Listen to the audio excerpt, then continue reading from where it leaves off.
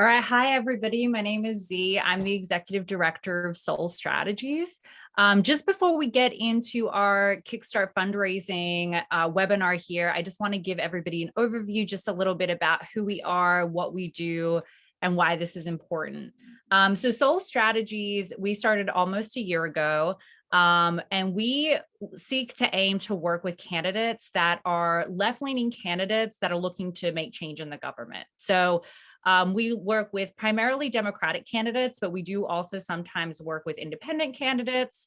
And we're looking for people that are to the left. So, and not only that, we're looking for people that are truly in it to win their seats. That's something that's really important to us, is that as Soul Strategies, what we see ourselves internally as are seat flippers. And that's because we've been doing this long before a year ago. We were a field organization that worked with candidates all up and down the ticket, all across the country, flipping seats. And so that's what we do very well. And because of that, and because of our experience and how much of that work we've done, we want to be able to give back that information to candidates so that you guys can go and use it, not just to flip your seat, but also to help other progressives flip their seats as well. So we do a lot of these webinars. We do them frequently, but this webinar is really special for a couple of reasons.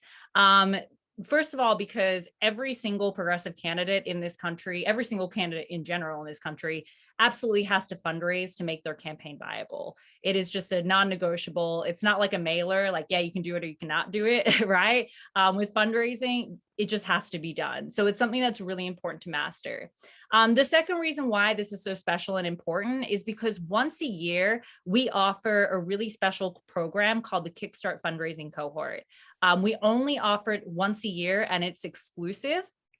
Which means that we decide who is in the program and who is not going to be in the program. We don't just let anybody sign up. And the reason for that is because it's really important to us to create an environment in this cohort of candidates that not are just running to win, but that are going to be able to support each other through the process. And that's really because fundraising isn't easy. Especially for grassroots candidates, it can be really, really difficult. And so having that supportive environment is really important to us. And this program is really our signature program that we've been able to put through 4 different cohorts at this point, and all of them have gone on, a lot of them have gone on to flip their seats, win races. And so Alexis here from our fundraising department is going to be going through the seminar today, but we're also going to be talking at the end about the Kickstart program. And if you're interested, how you can get involved in getting signed up for it. So in saying that, I'm super excited that everyone's here. We will have questions at the end. If you have questions during this webinar, please be sure to DM us in the chat. If you want to make it private, there is an option to send us a private message, and you can just say that you want to be anonymous and we can answer the question anonymously so that there's no pressure. Awesome. So I will let Alexis take it away. Hi, everyone. I'm so glad that you guys are here and taking the time out of your day to join us. So my name is Alexis. I am in the fundraising department, so I help out with call time, fundraising events, and then email. So today we're really just going to be getting down to the basics of what is call time, how do you make it less like nerve-wracking, and then different ways you can fundraise that really are tailored to the type of campaign you're running. So let's get started. And also, if you have any questions, like Z said, put them in the chat. So Z already talked about this. Also, our other speaker is not feeling too well today, so it's just going to be me, but it's more personal, I guess. I don't know. So let's get started. So fundraising, as you guys may know, is about communicating with another person in the clearest way possible why they should support your candidacy, and most importantly, what they stand to benefit by doing that. So the best fundraisers know how to make the conversations not about either of you, but about the cause. So I'm not sure what fundraising has been like for you guys, but overall, most candidates, it's the foundation of a campaign. You can't get anything done if you don't fundraise. And even though you may have volunteers that are like super pumped to support you, you want to be able to give them something to believe in and also pay them if they want to join staff. So fundraising is a great way to just amplify the other parts of your campaign and get your message out there, but it also shows a lot of viability, which is super important in getting people to support you. So there are a few different ways that you can fundraise. Also, yeah, I talked about this. Oh, another thing is that So the good thing about fundraising is that it allows you to talk to donors in a way that also just talks about like what you plan on doing for this race, why you're running, like what this election means to you. And it also connects you to the people in your community, while also getting money so that you can keep going. Because if you have a super great first month fundraising and then it doesn't go anywhere else, you're going to have a lot of resources that first month, but you won't be able to sustain it. So yeah, that's another important note to make. So we're going to go over a few of these different terms. So the first one is, or a few of them are fundraising emails, fundraising events, call time, and then networking. So I want to start with reasons why you may not be raising money. I know from my experience working with candidates, a lot of them see fundraising as something that they don't really want to do. It's a little bit awkward. I think we kind of have a culture in this country where money is just not really talked about, and it can be a little bit awkward getting on the phone, calling someone and being like, hi, you just met me, please give me money. Even though it's not how call time works, it can be a little bit awkward having to explain to people why money matters. And even if you have a great platform and great policies, money is going to be the thing that really gets you a win in the election, but also shows people that you didn't just decide to run for office yesterday and you put some thought into this and you need the support to keep going. So these are a few reasons why you may be struggling with fundraising. Number one is that you have the wrong mindset about money. Like I said earlier, it can be a little bit awkward having to fundraise for a campaign just because money is not something that we really talk about. Number two, you haven't been super consistent with your effort. So say that first month, you're super amped, you're like, I have all these great ideas, I'm so excited to run, like I'm gonna smoke the competition, I got this. So you're super excited, and then maybe things don't go super well. And so after that first month, you do super well, and then the next month you're like, I don't know if I wanna fundraise that much, let me just go do something else. So it's really important to be consistent in your efforts. So that means putting aside the time to fundraise, making sure that you have a clear idea about how much money you need, and also just taking into account the type of circumstances that you're running in. So like, what does the district look like? Who are you running against? Is it an incumbent that people like or may not like? How long has that person been in office? And what is going to be the best fundraising technique that works for you? So regardless of how many events you speak at or babies you kiss, you're going to need to keep fundraising because it keeps the momentum going. And people, even though when they're voting, they're just thinking about, oh, I like this person and they have great policies, but fundraising is going to get you to a point where people are more aware about who you are and also are excited about the work that you're doing. So I'm originally from Georgia, and we had the most expensive Senate race in the last election. It was like $500 million. And a lot of that came from, organizations, but also people that were just excited about this race and were supporting someone that they could believe in. So, you can't really, if someone wants to give to you, they'll give to you, but you have to work up to that ask and really put in the effort to show that you're a candidate that they are going to be able to trust once you're in office. And also showing them that in order to move forward with this campaign, I'm going to need your support, not only through a vote and volunteering, but through fundraising.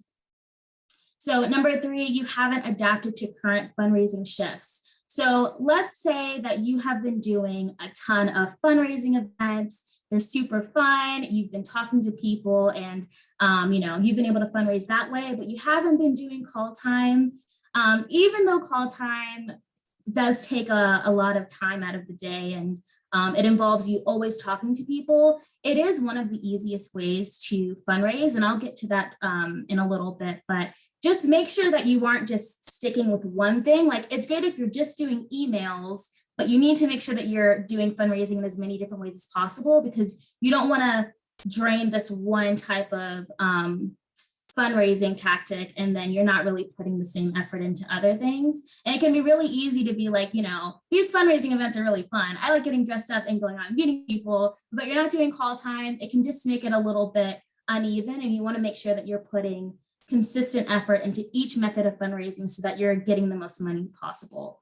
And then number four, you're not prioritizing your time and scheduling for fundraising. So I like to say to candidates, make sure that when you have your planner, like you're setting up your month, make sure you are penciling in the time that you're going to be putting towards fundraising. So what I mean by that is if you're doing call time, make sure that it's in your calendar. Like you don't want to say like, oh, I have 5 minutes between this meeting, I might as well go call some donors. Like it's not going to feel the same. You're going to be a little bit frazzled and you're not going to be able to really keep it consistent and keep calling donors and putting in that effort. So just make sure that you are organized and prioritizing your time and realizing that you have a really great campaign and you're a great candidate, and fundraising is going to be the way that you keep moving forward. So prioritizing your time and just scheduling in your fundraising and especially your call time is a great way to just keep on track. And also you're able to track the progress you're making and you're not having to fit in small call time sessions and like on your lunch break during work or something. So it just really helps that you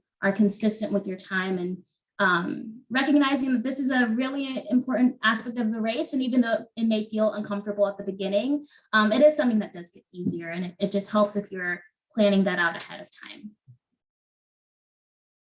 So I want to start with your fundraising email. So I'm sure that you guys, I know that I don't know who you guys signed up for emails from, but I've been getting a good amount of AOC emails, Ayanna Pressley, Bernie Sanders, and I recommend after this webinar, go and sign up for as many emails as possible. Even if you're not going to read all of them, just glancing at them really helps, and you're able to see what it looks like. So you're not going into fundraising emails blind, and you don't want to send someone a wall of text talking about, when I was younger, you know, I saw this person get elected and I want to run for office. Also, I have 2 dogs and really cool, and I have this idea. Like you want to make it concise in a way that people are like, oh, I have a very good idea about who this candidate is, but I didn't have to read a wall of text. So I recommend that you guys go and sign up for campaign emails from candidates that you really admire, because you're also able to sense their tone of voice and the message that they convey in those emails. So in order to write a good email, you want clean and simple graphics. So you don't want to use like Microsoft Paint to make your graphics and they look super weird and not eye-catching. You want to have a consistent brand. And even though you have good ideas and it shouldn't matter like, oh, not everything should be polished, it should be polished. You want people to consistently recognize who you are as a candidate, and your brand represents you. So across all boards, like not just social media and your lawn signs and t-shirts, but your emails. Like when people read, and also people get a lot of emails. So if you have a really cool graphic, it draws them in and also allows them to associate your brand with who you are as a candidate. Number 2, less is more. So like I said earlier, you don't want to send them a wall of text where you're just saying random things and not really having a point. What I like to do is either highlight an endorsement, an event, or a policy that you have. So you want people to go into these emails, they open it and they learn something from you. You don't want them to just see random stuff that doesn't really have to do with the campaign, or just like, you want to keep it concise in a way that gets to the point, but is also very informative. So you want them to walk away either feeling like, wow, I learned something new about this candidate and a policy on their campaign, or wow, this person got a really cool endorsement. Signaling those 2 things in emails is a great way to tie it into your social media. So if you talk about like, oh, we got a really cool endorsement on social media, it's a great idea to also put that in an email. And then number 3, like make it concise. Don't send a wall of text. Make it very clear what you're trying to accomplish. And so it's easy for them to digest, and they don't feel like they're, you don't want them to dread getting an email from you. So have you ever signed up for something and you're like, God, like this person keeps sending me emails, I'm over it. Like you don't want them to want to unsubscribe because you're not sending a great message about the work that you're doing, and you're working really hard in your campaign. So you want them to be able to track that progress along with you and celebrate your wins and talk about what this race means and what this election means and why you're running for office. Number 4, speak to the heart. So this is also a great opportunity for you to use your tone. So if you're not a very, let's say like how you communicate day to day or just at an event, make sure you're consistent with that in an email. So you don't want to come across as like the super poised and polished candidate in person. And then in an email, you're like, hey guys, LOL, did you see the weather yesterday? That was so weird. Like, you want to make sure that you are consistent with your brand and who you are as a candidate. So make sure that you are able to hone in on your tone and what you're trying to communicate, and just, in an email, you want them to be able to read that in your voice. Like, you want them to be able to like, oh, this sounds like it came from the candidate. So yeah, just make sure you're being genuine in your emails and not saying something that doesn't really reflect well onto you. I cannot see what that says. Okay. Oh, build contrast. Great. So one thing that I want to highlight is that if you're writing an email and, it kind of just depends on where you're at in the race or, what's going on, but you want to be, you don't want to send an email that says like, my opponent sucks and they don't even have a Netflix subscription and they're awful. Like, that's not great at building a contrast between you and the candidate, or the incumbent. But what you can do is talk about the statistics surrounding the district. So what are the test scores like? Has unemployment gone up? Has crime gone up under their leadership? Like, and this may not apply to everyone, but you want to build contrast in a way that really sets you apart from the competition and shows why you are a unique candidate and what people stand to gain from supporting you, and why all of this matters. And then also you want to make sure that you include a fundraising ask at the end, because emails are a really great way to get money. I know it might not be the first thing you think of when you think about how you give to a campaign, but a lot of candidates are able to communicate in a way that makes people feel like they're in this together and they want to see this person win. Like, you're able to get someone rooting for you. And so this is a great way to fundraise, and it's a little bit less time consuming than call time. Do you guys have any questions so far? Okay. I'll add a little bit to that one, Alexis. Oh yeah. So what Alexis brought up in terms of, the bringing up, instead of saying that your opponent, bringing up the issue itself, you want to relate it back to something tangible. And the reason why, like, just to reiterate why that's so important, is because whether we like the incumbent or not, and whether the incumbent is really liked in the district or not, regardless, they have the people's trust. The people don't know who you are yet, right? In most cases, if you haven't run before. So you need to be able to build that trust. And the way that you're going to do that is by actually putting something tangible in front of people. So instead of saying, my opponent sucks because they don't support Medicare for all, right? Well, what does that mean for the district, right? Like, does it matter in the district? That's what you need to be tying it back to. Because if you just say they don't support Medicare for all, a lot of people are just going to think, well, where's your proof of that? Right? Yeah. Like, what is that? Like, how do you know that they don't support Medicare for all? As just an example. And this could go for any issue, any local issue. So what you really want to do, as Alexis was saying, and just to reiterate the importance of this, is talk about a time when they didn't support Medicare for all. They didn't show up for this vote. And because of that, this happened in our district. So you want to keep just tying it back to your district and the tangible effects of the impact on your district specifically. Yeah, definitely. So next we're going to talk about fundraising events. So I'm sure that you guys have gone to maybe a fundraising event in the past. There are a few different types of events that a candidate can do. So because the Delta variant is still around for some reason, a lot of people have been doing virtual events. And I know it sounds like, oh my God, like, who wants to do Zoom for an event? I want to go and shake hands and touch all the things and be in people's faces.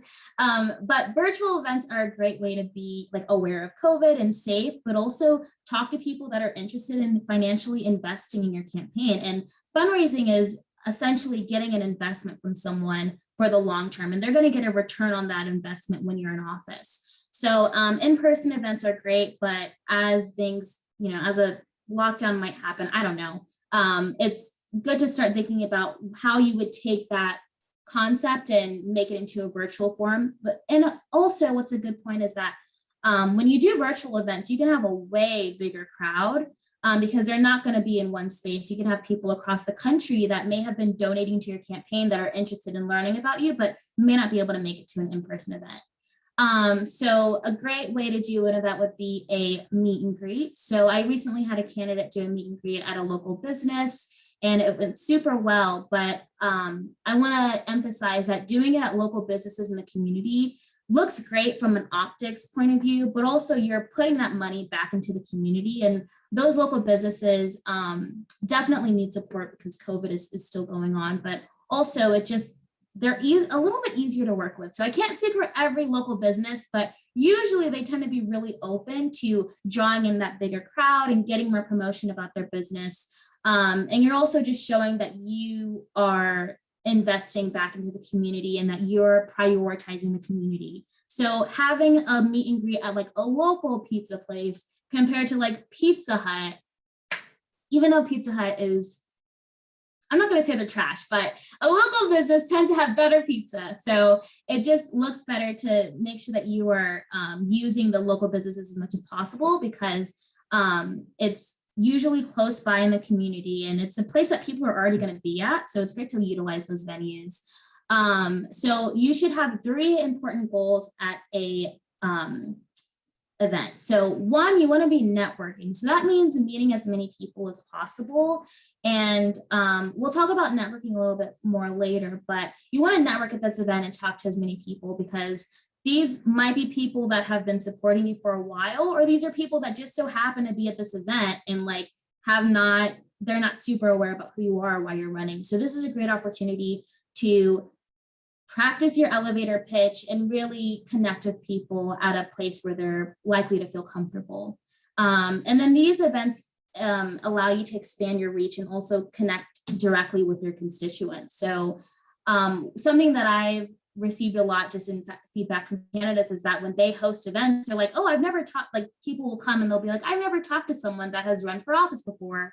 And they'll maybe ask you like, what is that like? Why are you doing this? Apart from your actual platform and policy. So just making sure that you're networking and meeting as many people as possible, because it allows you to build connections in the community that are gonna really go a long way later. And then number 2, you want to be getting donations. So if you're doing a fundraising event, you want to get donations. So what I recommend is that according to what type of event you're doing, like for example, I have someone that does a trivia night every single Thursday at a local bar, and it's bringing in people into the community that are excited about a candidate running, but also she charges like a $10 cover fee before they go in, and they get that cover fee. So just make sure you have a way to collect donations. You could either have a table set up with information about you and then an ActBlue link that they can scan, or they can give you checks. And it kind of depends on what type of event you're doing. So a meet and greet might be a little bit more casual compared to a high dollar event.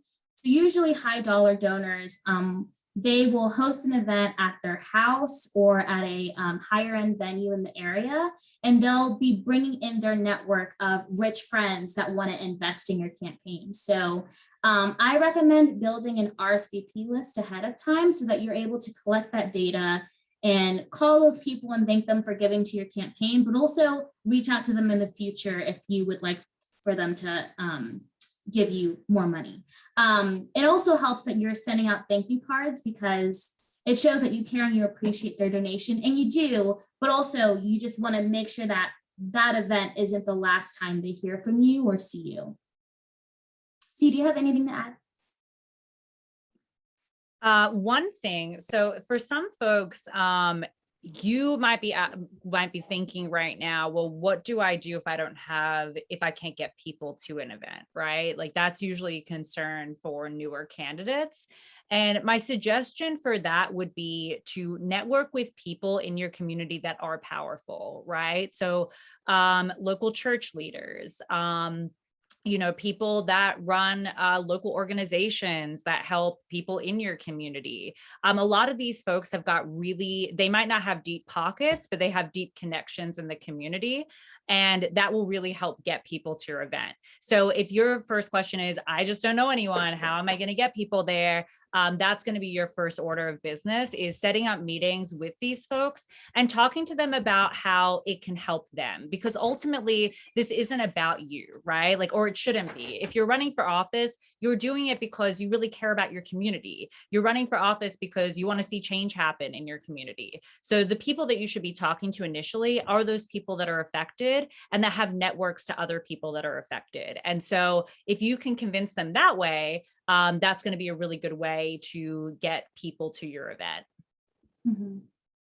Another thing that I wanted to mention, just in terms of events, is that if there is an event going on in the community that pertains to your something on your platform, go to that event and see if you can speak at that event. So you don't always have to, like, a meet and greet can really happen anywhere, but if there's an event going on and there's already going to be a crowd, get in contact with the organizers of that event and see if you can say a few words and talk about your campaign, and just use it as an opportunity to meet people and talk to people that may be interested in the work that you're doing. And you already have that commonality, because at this event, it would be most likely centered around something that the community is concerned about, or it may be a pride festival that happened. So I had someone recently go to the Medicare for All March in LA, and they got to speak and meet a ton of other candidates that are running in the area, and just really talk about the campaign without having to spend any money. So if there's events happening, make sure that you are aware of those events and going to those events. So you don't have to just host your own. It can also be really helpful to attend events that are already happening. In addition, I think that you guys should also be going to meetings. So it doesn't even have to be a super big event, but if there's an organization in your community that is doing work that pertains to something on your platform, or also just people that you should know, go to those events and show your face. So ideally, you would already be involved in those groups and getting your name out there, but it doesn't hurt to join into the conversation and talk to people that are already doing the work that you've been talking about on your platform. So we're going to talk about call time, my super favorite way of fundraising.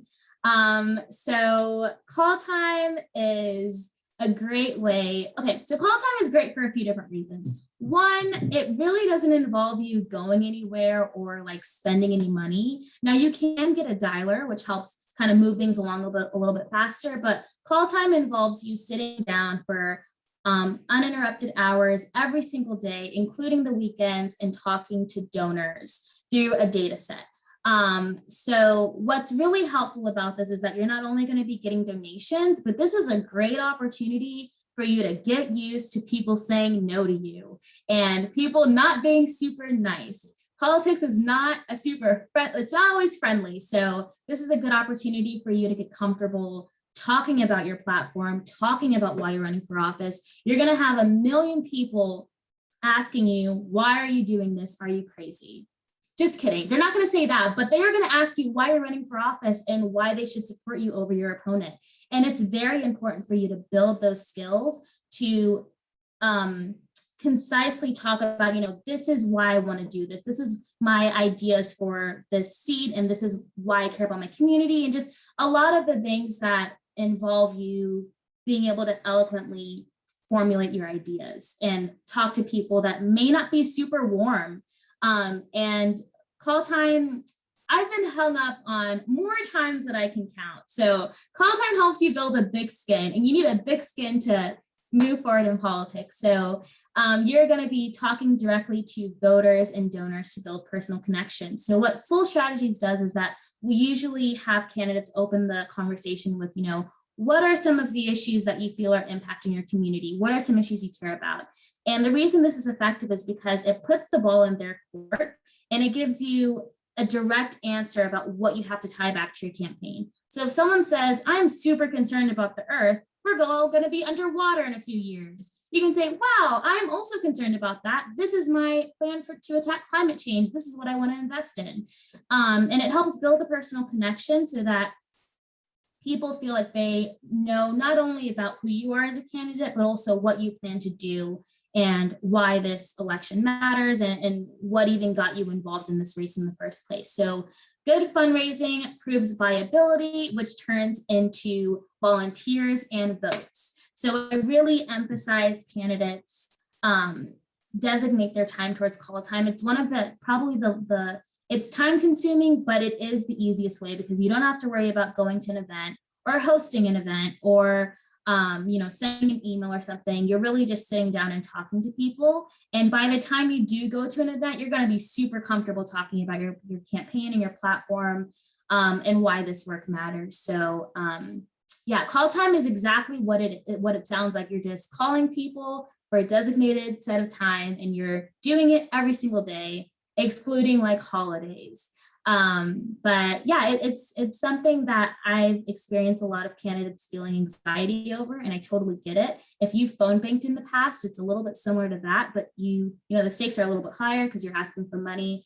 But it helps you have those tougher conversations when you are out on the campaign trail and you're able to really talk about what you plan to do when you're in office, and also just flesh out your platform. Another great thing about call time is that if someone brings up an issue to you that you have no idea, like you didn't even consider it, it's not on your platform, you've never heard of it, this is an opportunity for you to learn from that person, and you're able to have a much better idea about what your community directly needs. So of course you have an idea about, the types of things you want on your platform and what you plan to do when you're in office, but when you're talking to donors, they give you a lot more insight about what the community needs, why this issue matters, and you're able to take that information and apply it to your platform and really build a campaign that's well-rounded and directly representing the community.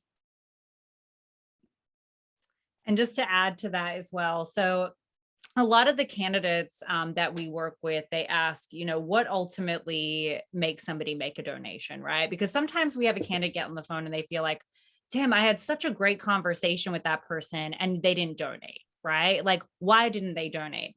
So a good way to think about this is, and a very factual way to think about this for those of you in the room that believe in science, is that donations, 99% of donations happen in the forefront of your brain. So the forefront of your brain where you process sadness, happiness, all of your emotion, essentially. That is what makes people donate. No other part of the brain is activated really during donation, right? So, and a good way to think about this is that some of the biggest organizations that rely on donations, places like Save the Children, ASPCA, all of the big organizations that you think about when it comes to charity, when you think of charity, if you watch their ads, and I would really encourage you folks that are going through call time right now, go sit down and watch some of the ads that they put on TV, right? They're all incredibly emotional to the point that it's almost ridiculous, right? Like the ASPCA ads is a great example of this. Like it's always like a puppy crying in the corner. It's like the middle of the night and there's like rain coming down and they're playing a Sarah McLachlan song. It's like absurd, right? But what it does is that activates your brain into thinking, oh my God, if I don't donate to this poor puppy isn't going to survive, right? It really puts you in a position where it's between you and the puppy, right? Like that's what you're not thinking about ASPCA. You don't care about ASPCA. You're thinking about the puppy, right? And so it's a really good thing to think about, and a good thing to practice with your family, with your friends, with your call time manager, whoever you're working with. Practice that emotional response, right? What is it that you're saying that's making the person on the other end switch from, oh, that's really interesting, to I'm going to donate? And if you do enough call time, you in your own brain are going to start to realize when that switch happens, and it always will happen, right? Like if there's a donation that's going to come. So just be conscious of it during your own call time. Think to yourself, during that last conversation I had, at what point or what did I say that triggered that emotional response, right? And it's going to be a little bit different in everybody, but eventually what you're going to find is that there are going to be certain things that you do and say and how you relate to people that's going to switch their brain to that moment. And that's what's going to make you a really good fundraiser. So just wanted to add that. Another thing I thought of is that I had a candidate a few months ago tell me that, like, oh, when I do call time, I look forward to people telling me no. And I thought that was so interesting because I was like, why would you want someone to tell you no? Like, that doesn't make sense. But the thing about it is that when you get a no, like a quick no, you're able to move on and it gets you to your next yes. So you would rather have like a quick, like, I'm not interested, compared to like, well, let me tell you my whole life story. And I'm also not going to give you any money. So it's really important that you don't take this personally. Like these conversations, you're going to have really, really awesome conversations with people that immediately want to donate and also volunteer and also wear a t-shirt and tell all of their friends about you. And that's awesome. But you're also going to have someone that is not very interested in politics, is not very interested in what you have to say, even though you have a great platform. And it's important to remember that those no's don't mean you're not a good candidate. And you also don't know what that person is going through. And I don't want to get like sappy, but I've had a lot of candidates be like, someone told me no, I don't want to keep doing call time. I have to go like outside, take a walk. And, I understand that rejection can be super hard, especially if it's over the phone and, you don't know that person and it's like, why don't they like me? But that's not what this is about. Not a lot of people run for office in general. Like that's just not something that a lot of people do. And so you're in a very unique position in life. And one no is not going to cost you an election. Like someone being like, hello, and then hanging up, it's not going to be the thing that ends you. Situations like that do make really great conversations more worth it. And you're going to feel warmer because like, oh my God, like this person was so nice and all of that stuff. But I say all that to say, just don't take these no's personally, because it's not a reflection of who you are as a candidate, but people are just not super nice on the phone sometimes. And that's okay. And where Soul comes in is that we want you to be really confident on the phone. And so if someone asks you a question that throws you off, you're not going to be like, oh my God, I have no idea how to answer this. You'll be able to navigate different conversations with people, and that builds you up as a candidate, but also just as an individual and as a leader.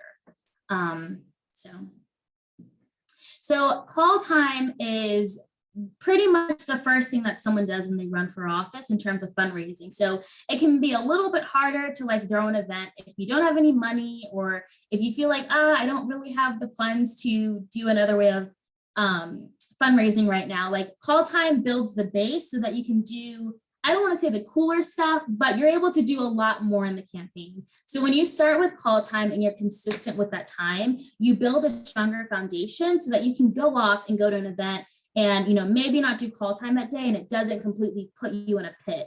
So it's really important that when you are doing call time, you reinvest that money into other areas of the platform or the campaign that allow you to reach out to more people and build a bigger brand and a better campaign so that you're able to get your message out there. But call time is like a lot of people dread it, and I get it. And another thing is that when I do call time with candidates, I'm right there with them. So if they get a no and they're sad about it, I'm also sad about it. So you're not in this by yourself. Another great thing to remember is that every single candidate, if they're not like, their parents aren't billionaires, like every single candidate is doing call time. So I've had candidates that do their call time and they call another candidate that's on their list and they bond over like, oh my gosh, like I'm also doing call time, and they share tips. So call time is a really great way to build that foundation. And it also helps as just a networking strategy, and you meet a lot of awesome people. Another thing that happens is that I've had candidates get endorsements through their call time. So they'll call someone and they'll be like, oh my God, well, I'm the director of this organization. We should talk further. So you don't really know who's going to be on the other end, and it makes it a little bit more exciting, but also call time gives you a lot of opportunities to build your elevator pitch and just really strengthen who you are as a candidate, so that when you're at bigger events and talking to maybe more important people in the community, you feel a lot more confident because you called hundreds of people already. Oh yeah, we've got a question, sorry, before we move on. Anne asked, how consistent is call time over the life of a campaign, i.e. same number of hours each week? Does this change if you're an incumbent? Does it increase or decrease? I'm assuming it increases. Do you want to go with that one, Alexis, or? Yeah, so that's actually a really good question. So I would say as election day gets a little bit closer, you're not doing as much call time. And earlier on, you're calling a lot of people and they may not be people that are super high donors. Like they want to give to you, but they're not people that have like millions to invest in your campaign. Usually they're just people in the community that are even, I tell a lot of candidates, like before you start call time, make sure you call people that you know, because those are people that already have a connection to you and they know you already. So someone that's an incumbent that's been in office for a while is probably doing call time, but calling like 5 people that each have $1 million to give. Whereas if you're a challenger candidate, you're going into this a little bit newer and kind of figuring out the ropes of call time and just a campaign in general. So you'll have to put in a little bit more hours compared to an incumbent. But as it gets closer to election day, there's going to be a lot of different directions that you're pulled in. And the idea is that you already built that foundation super strong at the beginning of the campaign, that you can afford to go to events and invest in other parts of the campaign that will get you to your goal faster. Definitely. Yeah. And yeah, particularly for incumbents, as Alexis was saying, they usually, most incumbents, when they're in campaign season, it'll usually just be an hour or two like per week where they have a set list of people that's already been vetted by their staff. So knowing this as new candidates, it gets easier. Yeah. You're not always going to be doing 10 hours of call time a day. But in saying that, you need to work your way up, obviously, to be able to get staff. Also, your call time, even as a challenger, will become easier, as Alexis was saying, throughout the course of the campaign, because again, once you have staff that can actually vet a lot of this for you, you'll spend less time actually dialing for dollars, getting no answers, no pickups, people uninterested, just because you're going to have a lot of your staff doing that work, and then they'll ultimately put you on to essentially close the deal. That's really all you should be doing towards the end of your campaign. Yeah. So it definitely gets easier. And I know at the beginning, you're like, oh my God, I've called 1 million people today. I'm so tired. I'm over it. But if you're putting in that time at the beginning, you won't have to do that work towards the end. Like you're not going to be on election day calling 10 people or calling for 10 hours for donations. That's not reality how that works. You have to put in all of that time and consistency at the beginning so that you already have a large enough foundation that you can go off and fundraise in different ways that involve events and meeting people and going to events and speaking engagements and stuff like that. So it helps to just build that foundation at the beginning so you already have viability and you can go forward and people are more because money kind of draws in more money. So as you start having a stronger foundation with fundraising, you'll have people that are approaching you that want to support you and endorse you and give to the campaign. So it's hard at the beginning and it gets a lot easier towards the end. And of course, you also have to factor in the type of district you're running in and,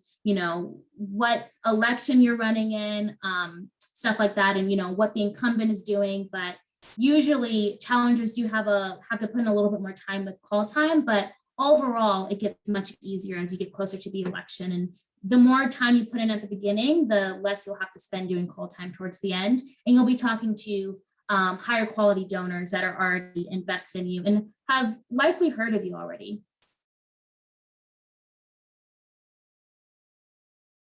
Okay, so I want to get into networking. So I actually went to a networking event a couple of weeks ago. It was very fun. I had a new blazer from Macy's. I felt very fancy. So I don't know if you guys have gone to networking events, but I'm telling you now, like, these are where you build your connections. So if you have a great platform, an awesome staff, and you've fundraised and you've done all of that, but nobody really knows you, it's gonna be harder to get yourself out there. And a big part of a campaign is who you know, and also just how good are you at building connections. So I recommend, like, if you haven't been to any networking events, ideally you would already do this before the campaign starts, but it's never too late to start meeting people. And I recommend that you go to events that are tied to your campaign. So let's say that you, climate change, the Green New Deal is a big part of your platform. You should be going to Sunrise Movement events and events that pertain to the type of work that you want to do on this campaign, or organizations that are tied to your platform, because those are going to be the people that give you a lot more information so that you can build up your platform in a way that's more informed, that's coming from like experts that are already doing this work. So you need to constantly meet people, attend important events, and then join organizations that relate to issues on your campaign. Building these relationships takes you a really long way. And also when you're networking, you're putting yourself in other people's networks. And then those people are putting you in their networks. So it kind of just branches out and you're able to meet more people. And, you might have a great platform, but if people don't know you, it's going to be a little bit harder for people to understand why they should support you. So going to networking events. Another thing is that it can be a little like I'm very introverted. I usually just stay in the house. So when I go to a networking event, it can be a little bit nerve-wracking at the beginning. And it's like, how do I talk to people? Do I just tell everyone that I'm running for office? But the more you network, the easier it gets. So I also like to give candidates an opportunity to like read over some resources about like how to make it less awkward. What is an elevator pitch? How do I strike up a conversation with someone? So those tools help you talk to people and communicate in a way that gets across who you are as a candidate and individual. And it just shows that you have charisma and the uniqueness to, win this election. So it's really important that you're just building up those skills because your network gets you really far. And when you run for re-election, you'll already have a lot of connections that are able to fundraise for you and talk about your campaign. And you won't have to do tons of hours of call time because you'll have a good network to lean on. See, did you have anything to add? Nope, I think that's great. Okay, I was like watching your mute button. Another thing is that be very mindful about, and I guess this doesn't have to do with networking, but like LinkedIn is usually where people like a lot of networking events are posted on there. So I also recommend candidates have like business cards to hand out, even though you're not going to be, it's not like a business card, it's more of a campaign card, but just having information that people can easily like scan your ActBlue link and your website and just information about who you are and just a card format really helps. And it gives you something to hand out at networking events. So yeah, networking, when I was an undergrad, I took a class where I did like it was like speed dating, but for networking. And it was very interesting. I had a lot of fun, but it showed me that nobody thinks that networking is like a super easy thing. Like no one is born knowing how to network. It's a skill that you build, but it's something that really comes in handy when you're running for office because a lot of this job is about your connections with people and what you're able to do and how you're able to communicate. So networking is a big must. And also, they have drinks there. So it makes it a lot less nerve-wracking if you have a nice cocktail on the side. But yeah, I definitely recommend today, sign up for a networking event. It doesn't have to be in person. It can be online if that's what you're comfortable with, but just make sure you're always meeting people because that's a skill that you want to consistently be building. So we're going to go into how to put together your fundraising budget. So let's say we have a candidate and they're super cool. They're really awesome, super connected in the community. They have a budget of $200,000. So right off the bat, 50 to 80% of your budget should always go to field operations. I'm sure a lot of you are, building up your budget now or already have a budget and you're kind of curious, like I have the money, I fundraised, I did 1 million hours of call time, I kissed 1 million babies. What do I do with all this money? So it's really important that you have a budget breakdown ahead of time so that you're not just throwing money away or putting it towards things that don't really get you far in the campaign, or you're not really putting your money aside in a way that actually makes sense for what you need. So overall, if someone has a budget of $200,000, we recommend $100,000 for field. So this involves canvassers and people that are going to be on the ground talking about your campaign and just, talking about who you are as a candidate. So you also want to be paying your staff. So interns are awesome, but like you should pay your interns. So building up a good staff helps you just move forward as a candidate. And you're like, oh my God, I don't have to do 1 million things at once. I have people that can specialize and take care of specific things for me.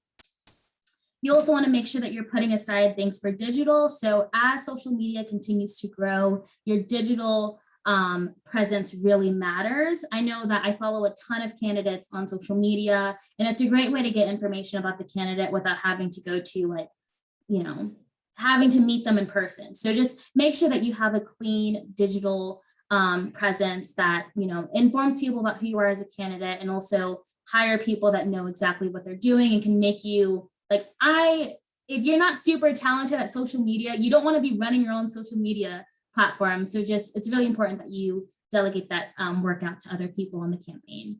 You also want to be sending in money for direct mailers. So for a lot of older folks, they get their information about their I'll speak for my grandparents. When they get something in the mail, and you'll see this on call time too, like people will be like, I don't want to send something over the phone. Can you send me something in the mail? Older people really enjoy getting their mailers. It's not like how I get information about a candidate, but it's a great way to make sure that you're talking to that demographic and they're getting information about you. And then another good place to put your money is events. So we talked about this earlier, but you can go to events, but it's really impactful if you are hosting your own. And that just involves a few things, but putting aside money for events is a great way to talk about who you are as a candidate and also bring people into the campaign that are interested in the work that you're doing. You also want to put money aside for ads, about $10,000 from this person's budget. So this involves like social media ads, television ads, anything that will promote the campaign. And so people aren't like learning about you the day of the election. So really investing in that side of the campaign helps you get the word out ahead of time. And also you can use it to set yourself apart from your opponent. And then merch. So this includes like t-shirts. I love campaign t-shirts. I have kept every campaign t-shirt I've gotten. So involves t-shirts, lawn signs, little things like that that are ways to get the word out about your campaign. And I don't know, people like t-shirts. I'll never get it. Like, I don't know why, but there's something about them that really just gets people amped up. So putting aside money for merch is super important. And then just miscellaneous things, like an unknown expense might come up that you'll need to put money aside for. So just budgeting out that so that you don't have to pull money from other sides of the campaign budget is really helpful ahead of time. Awesome. Thanks a lot. And so just to add to this, so some of you guys might be asking like 50 to 80% on field. Why? Like most consultants that you go to would literally give you a completely reverse budget, right? All consultants pretty much in the world are going to tell you that you need to spend money on two things directly. You need to spend it on ads, specifically TV and radio, and you need to spend it on direct mail. You might ask why? Because a third of all campaign spending are in TV ads, just to give you an idea. So billions of dollars are in TV ads. And the way the consultants make money, and I can tell you this because I've been on the inside, is that they get a percentage of TV ads. So if you buy field operations, consultants pretty much make no money. They have to spend all that money in hiring people, in training. It's a really heavy lift. It's not worth it to 90% of consultants to tell you to buy field. And it's ruining progressive campaigns all across the country. I'm just going to be brutally honest with you guys.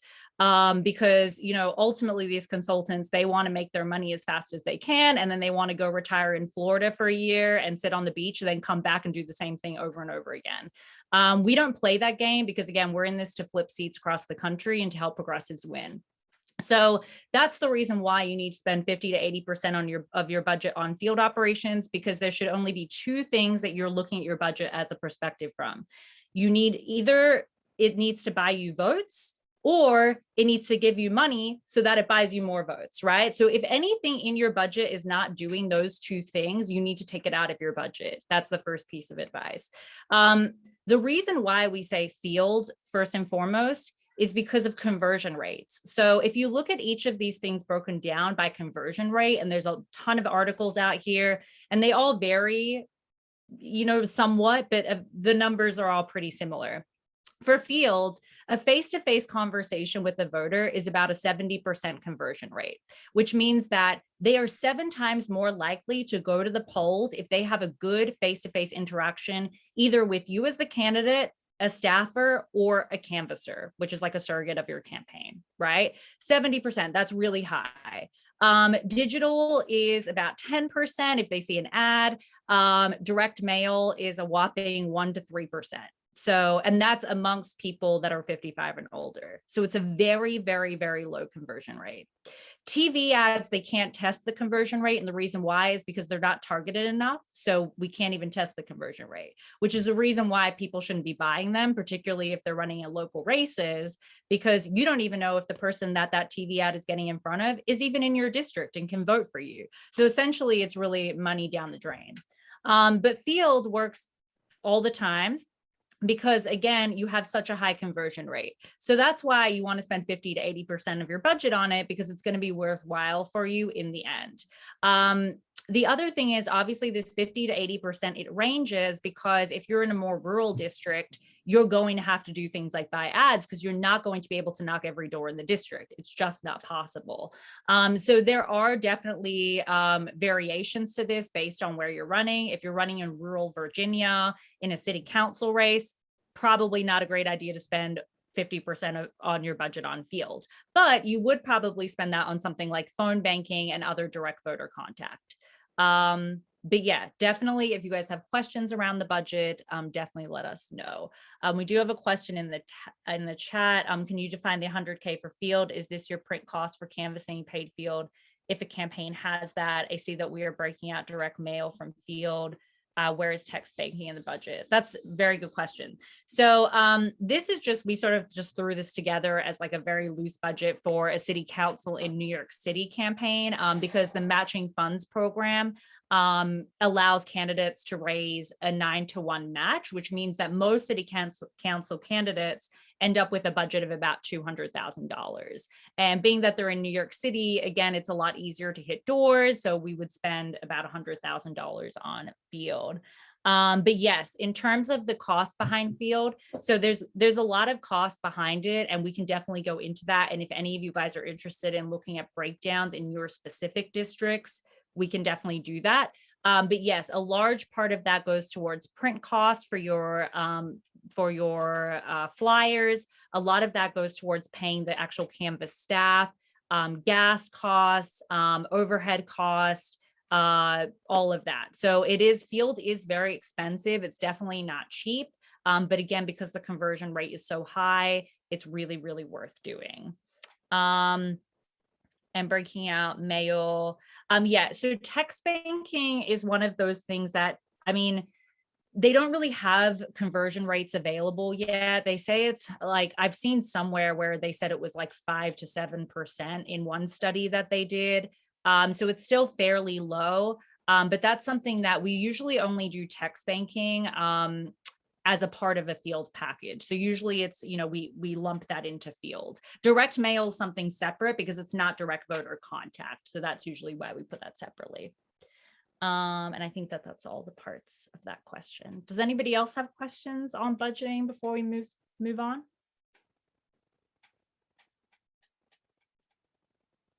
Can you break out digital? Is that all social? Are you including other e-ads such as web banner or other digital placement ads? Yeah, that's a really good question. So digital is social media, but then it also includes your ads as well. So we lump those in together into digital. So any type of ad that we're running on social media would be part of that digital part of the budget. And then when we're looking at ads specifically, that's stuff that's off of social media. So things like web banners could be part of that, like Google ads, radio ads, newspaper ads, even for some people that are running in local races. Cool. So we went through all of these different ways of fundraising. You've learned about call time and how hard and also fun it can be, and emails and events, and what's next? How do you build up this money and move your campaign forward? So this is where our Kickstart fundraising cohort program can help you. At your very first session, you are going to be learning a few things. So one, why do we fundraise first? You're going to be learning about money mindset, fundraising myths, fundraising fundamentals, ways to fundraise, and then what is call time. So we're going very, very deep into what call time entails and what it's going to look like for your race. So we're going to talk about call time statistics and expectations, organizing your call time, scheduling your call time, making sure that you're fitting it into your schedule and it's not something that is an afterthought. Structure for a good fundraising call. So making sure that you have different tactics of messaging. So you're not going to be saying this, like, essentially you'll be asking people, like everyone you talk to, what are some concerns you have about your community, but you want to be able to make sure that your messaging fits with the type of data that you're working with, and the type of like demographic and communities.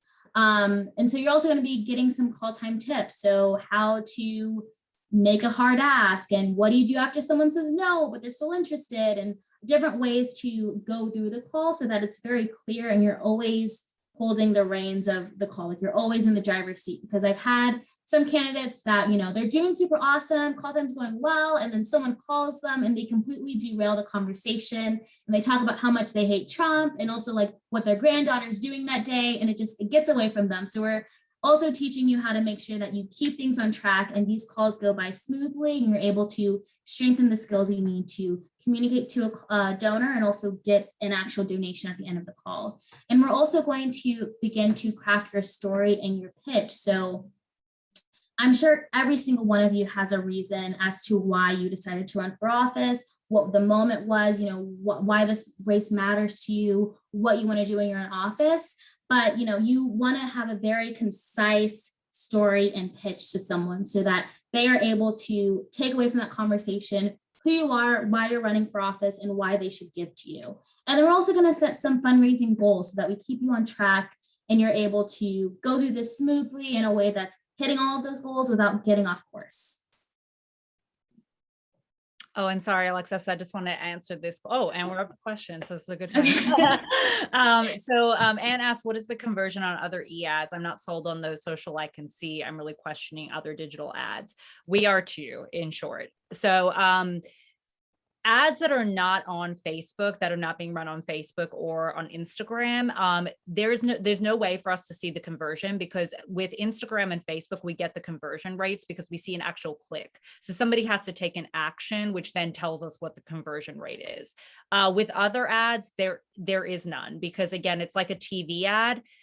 You can target them somewhat, and some of them do have conversion rates. Like I know that if you like buy certain ads, like on a website, for example, like you might have an outside vendor that says, I'll give you the conversion rate on this, right? But it's not something you can currently do, I don't think, through Google or through other means. We should definitely have a digital seminar with our digital team who could go more in depth with this.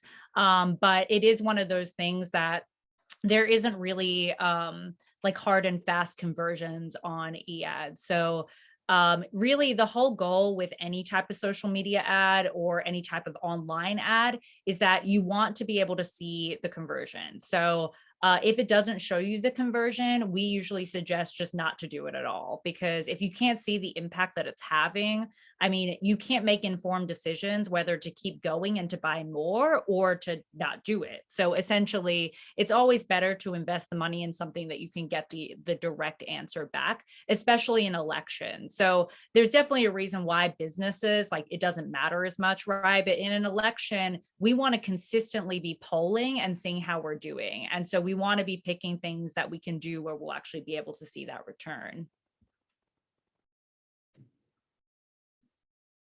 Do we have any other questions? I said a lot of words. I feel like I was talking really fast. I hope you guys all got that. You're taking notes. But this is the time for questions and just, to maybe expand on a few points that we need. Yeah, and the great thing about Alexis is she is brutally honest. So it's your time. You will get the exact answer that you need to hear. For a progressive candidate running in like Texas, how many hours would you recommend doing call time for, just to like start out like fundraising? That's a good question. What are you running for?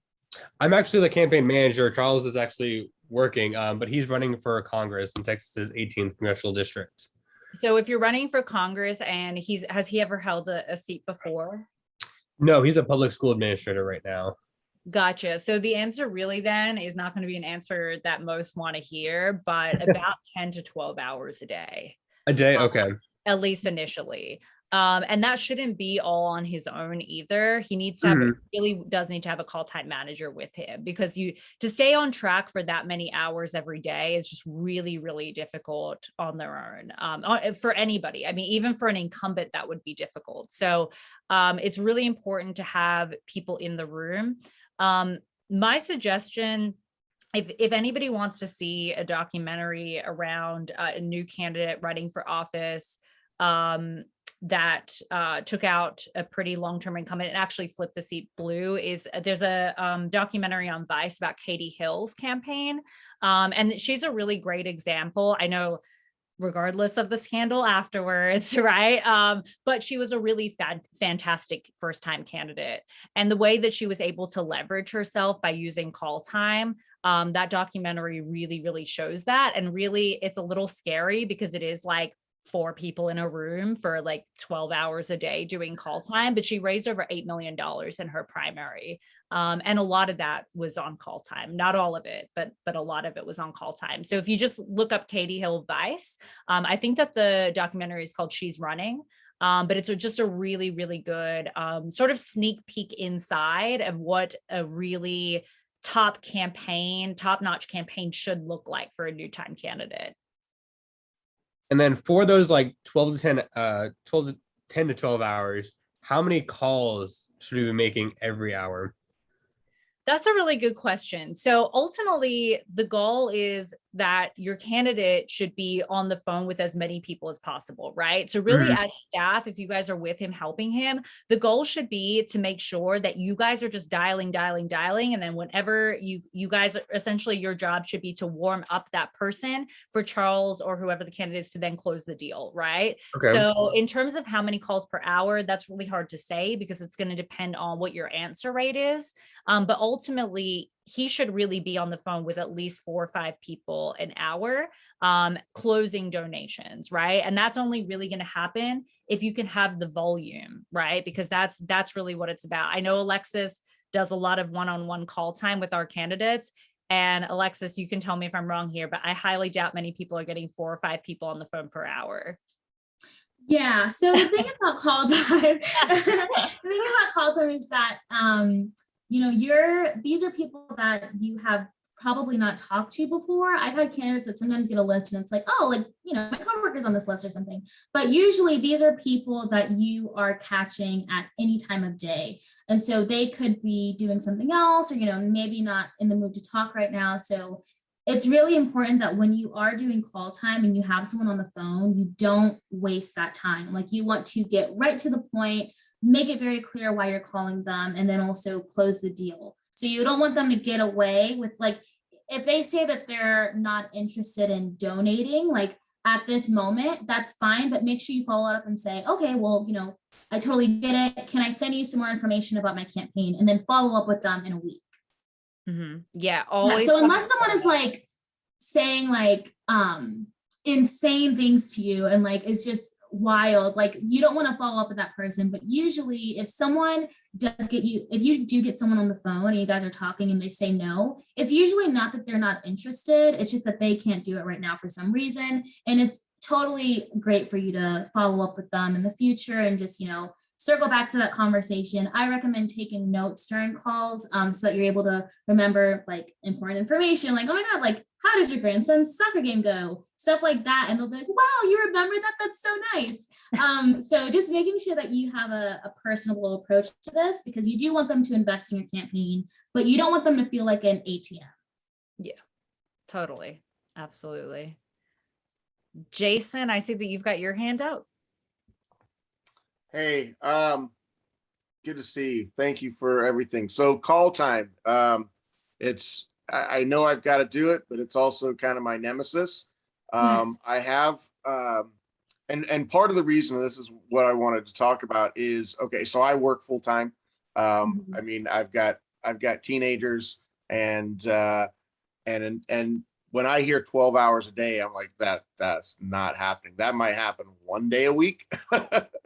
But so what are your suggestions for managing call time for people who are working people? I mean, this this is really such a barrier to entry for people into the political arena who are working class people and have to hold down a job, or they're going to lose their homes.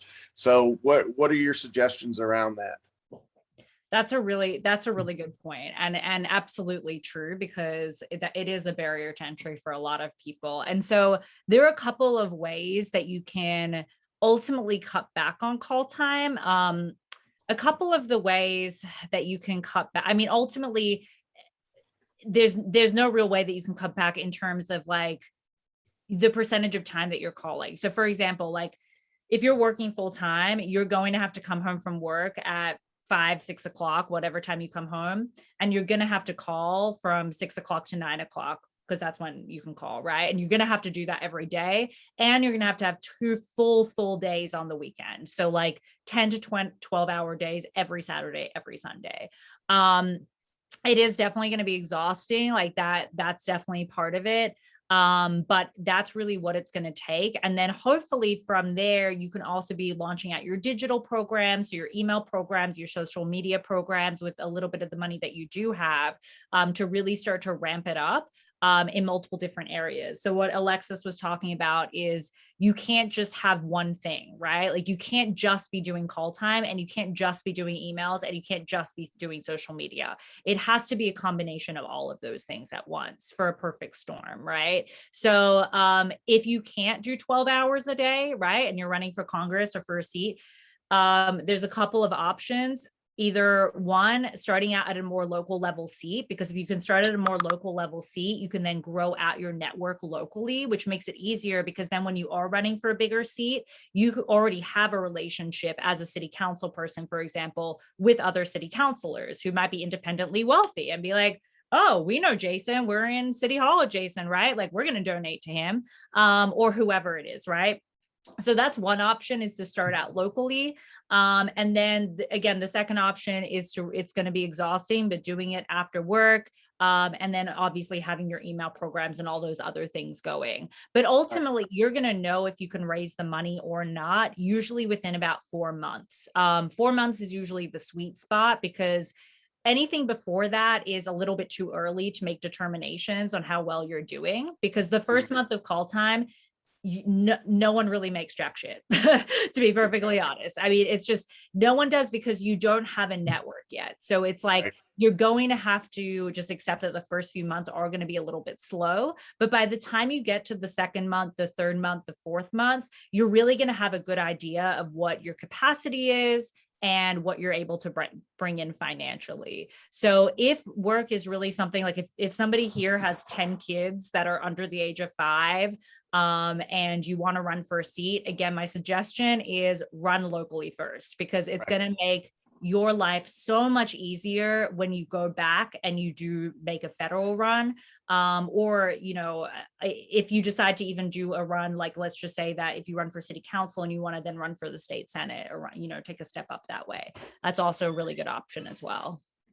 Okay. And Jason, oh, go ahead.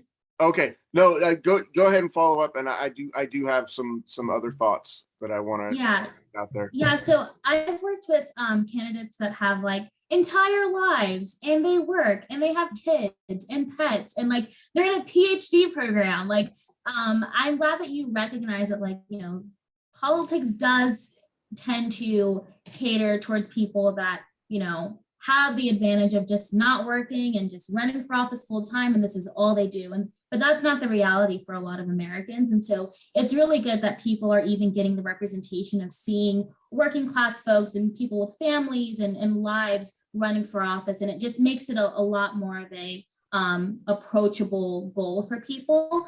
And like Z said, you know, it really helps putting in that time during the weekend. But also the main goal with call time is that if you get someone on the phone and like you don't really know how to lead the conversation, and you don't know how to talk about why you're even calling them or how to ask for money, that'll be kind of a wasted call. So one of the other main goals is that you are very comfortable on the phone, so that when you do get someone on the phone, let's say you can only do call time for 3 hours, you're going to use those 3 hours very well and get the most out of the time, because call time is a very big time commitment, and people have things outside of running for office.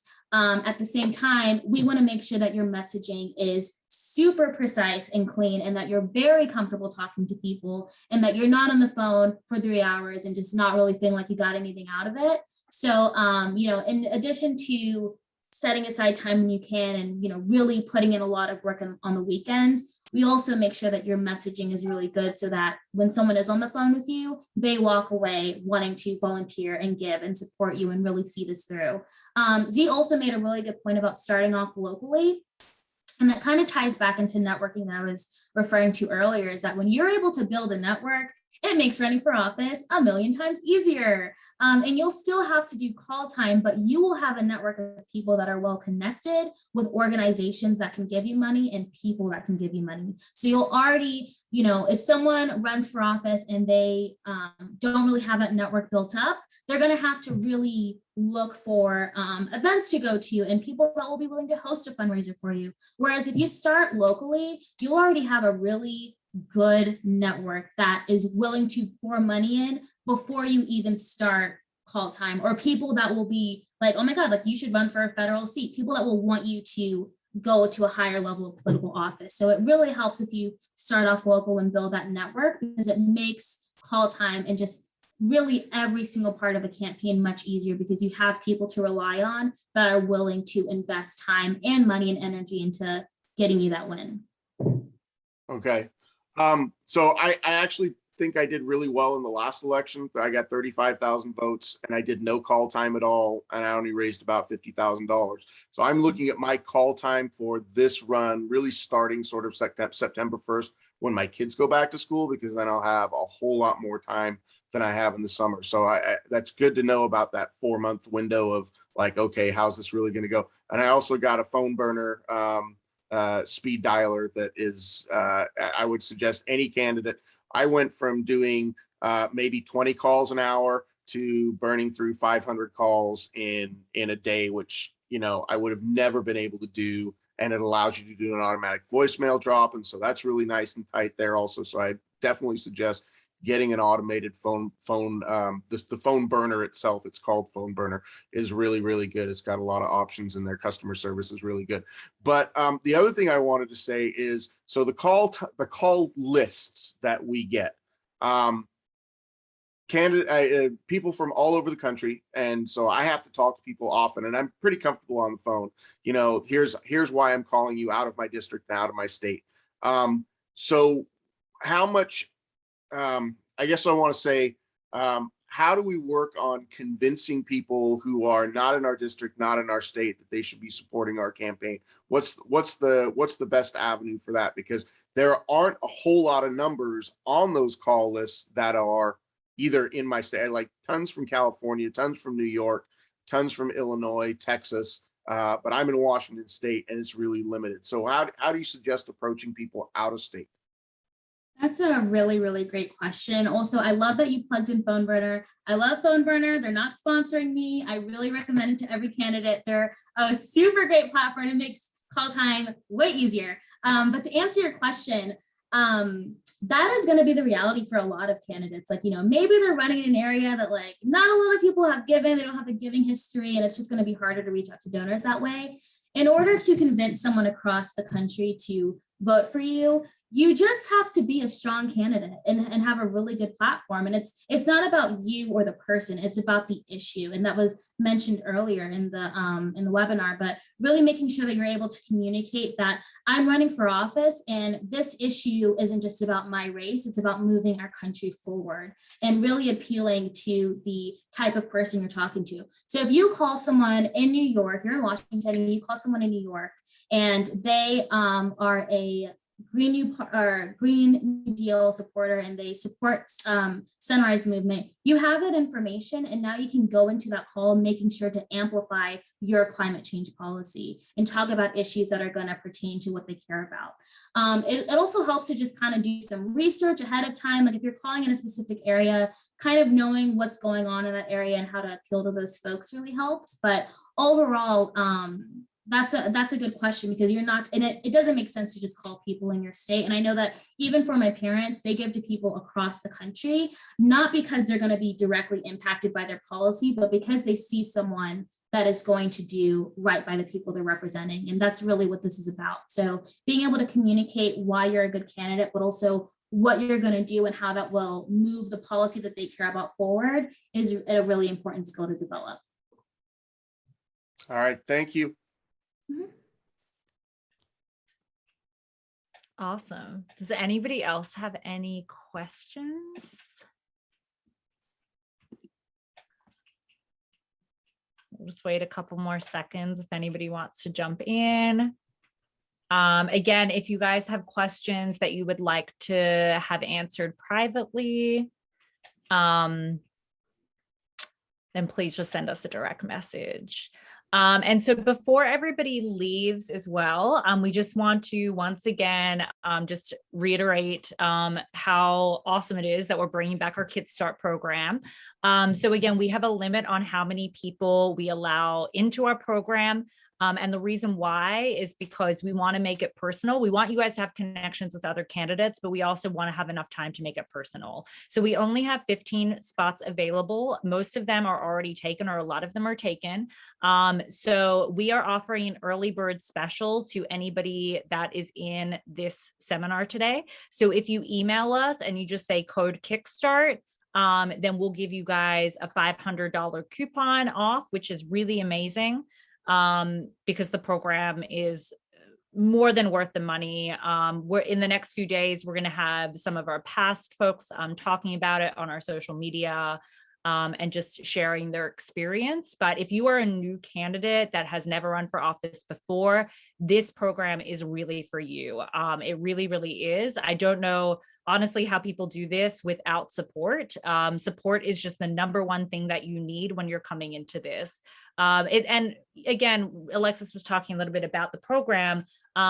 We're not just going to tell you how to fundraise. We're actually going to be fundraising with you. So that's really the difference. And again, what separates us from consultants is that we don't just tell you what to do, we do it with you. So as Alexis was saying, when somebody gets a no, that hurts her as well. Yes. And if you get hung up on, I get hung up on, and we're crying together. Yeah. Yeah. That's the way it works. And so it is really important, again, to get support. So if anybody has questions after this call, please send us an email. Our email is info@soul-strategies.com. If you have a general question, if you have a specific fundraising related question, you can reach Alexis directly at alexis@soul-strategies.com. And if you have any questions where you actually want to get somebody on the phone, you can call any of our offices directly. We've got an office in New York and in New Jersey, or you can even call my direct cell phone number, which I don't usually give out, but I'm giving to you guys today.